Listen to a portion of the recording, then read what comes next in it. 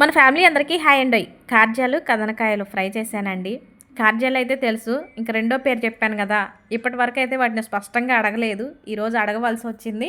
అప్పుడు చెప్పారనమాట. నిన్న ఆదివారం చికెన్ తెమ్మన్నాను మా వారిని. ఇక సెంటర్కి వెళ్ళి చికెన్తో పాటు ఈ కార్జాలు కూడా తెచ్చారు.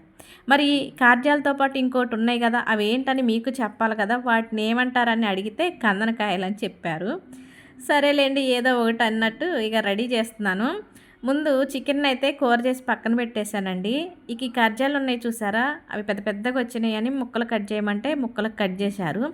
ఇవి అచ్చం డైరెక్ట్గా ఫ్రై చేస్తే స్మెల్ వస్తుందని ముందు స్టవ్ వెలిగించి గిన్నె పెట్టి నీళ్ళు వేసి, నీళ్ళు వేడెక్కిన తర్వాత ఉప్పు పసుపు వేసి వీటిని ఒకదాని మట్ట ఒకటి ఉడికించాను. అంటే కజ్జాలు ఏమో కొంచెం మెత్తగా ఉన్నాయి, మిగతాలు గట్టిగా ఉన్నాయి కాబట్టి గట్టిగా ఉన్న వాటిని ముందు ఉడికించి తర్వాత కజ్జాలు ఉడికించి పక్కన పెట్టేశానండి. ఇక స్టవ్ వెలిగించి కడాయి పెట్టి నూనె వేసి, నూనె వేడెక్కిన తర్వాత జీలకర్ర పచ్చిమిర్చి ఉల్లి ముక్కలు వేసి, ఉల్లి ముక్కలు వేగిన తర్వాత అల్లం వెల్లుల్లి జీలకర్ర ధనియాలు ఉల్లిగడ్డ పచ్చిమిర్చి ఇవన్నీ పేస్ట్ పెట్టానండి. ఆ పేస్ట్ వేసాను.